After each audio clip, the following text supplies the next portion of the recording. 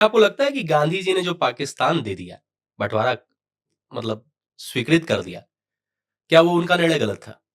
देखो आरएसएस ने उस समय पर विरोध किया था। संघ चाहता था कि हम लोग आज़ादी की लड़ाई के जीतने के बहुत करीब पहुँच चुके हैं। हुँ, तो अगर आज झुक जाएँगे तो हमारा देश बँट जाएगा। हुँ। तो अभी हमें नहीं झुकना चाहिए।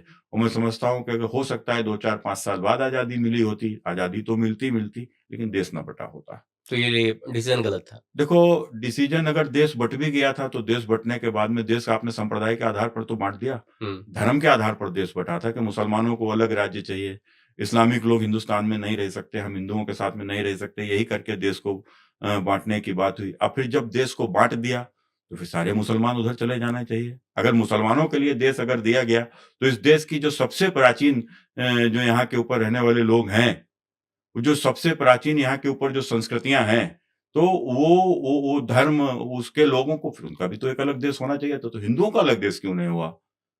हिंदुओं को ये अगर हिंदुओं के लिए ही ये देश बचा था, तो फिर सारे मुसलमान इसमें क्यों नहीं गए? तो ये सारा विषय है। तो अब जाना चाहिए। देखो, जब अगर पाकिस्तान अगर बना है हुँ, मुसलमानों के लिए, तो हिंदुस्तान हिंदुओं के लिए है। हम कभी नहीं कह रहे किसी को जाना चाहिए, ना ही कोई जा सकता है, ना कोई भेज सकते हैं। जो मुसलमान यहाँ रह भी गए, तो वो हमारे ही कारण से रह गए, नहीं तो आप बताओ अच्छा, पाकिस्तान में जो हिंदू रह गए, वो उनको आज नष्ट कर दिया कि नहीं कर दिया वहाँ पर?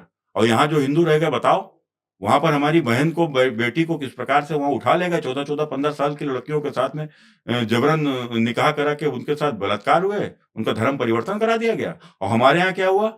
हमने यहाँ के ऊपर रह के मुसलमान को अपना भाई माना, उसकी बेटी को अपना बेटी, उसकी बहू को अपने घर के जैसी बहू माना, उसको गले लगाया हमने।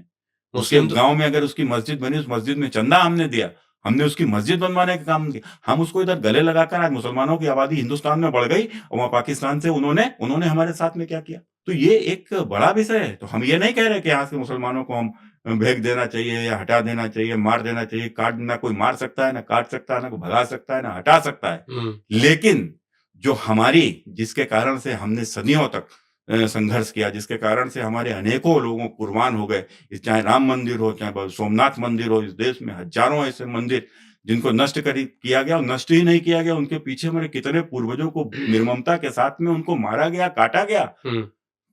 इतिहास बताता है कि इस देश में 8 से 10 करोड़ लोगों को मार काट दिया गया। ये केवल ये मुगल मुस्लिम आक्रांताओं ने इस आने के बाद, अंग्रेजों के आने के बाद इस देश में इतने लोग मारे काटे गए, तो किसके पीछे काटे गए? अपने धर्म, अपनी संस्कृति, अपने इन्हीं मंदिरों के पीछे, अपने इन्हीं प्रतिष्ठानों के पीछे। तो जब हमारे पूर्वजों ने अगर बलिदान दिया, तो आज केवल यह कि ये जो संभल में बना हुआ ये जामा मस्जिद है, यहाँ पर भगवान कल्की का मंदिर था, तो क्या इतना भी नहीं मानोगे?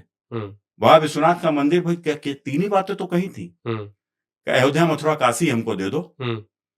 3 ही तो माँगे थी। जी। संघ ने क्या कहा था? बाकी हम लोग बाकी सब अपना छोड़ देंगे, जबकि 20,000 से भी अधिक मंदिर ध्वस्त करके वहाँ के ऊपर मस्जिदें बनाई गई। लेकिन हमारा 3 था, चलो हमारे 3 हमारे महादेव, हमारे राम, हमारे कृष्ण, हम 3 ही लोगों को मानते हैं हुँ, और उसके बाद में 3 बाकी हम छोड़ देंगे। हुँ। लेकिन उसके बाद वो एक मंदिर छोड़ने को तैयार नहीं। तो क्या करना चाहिए?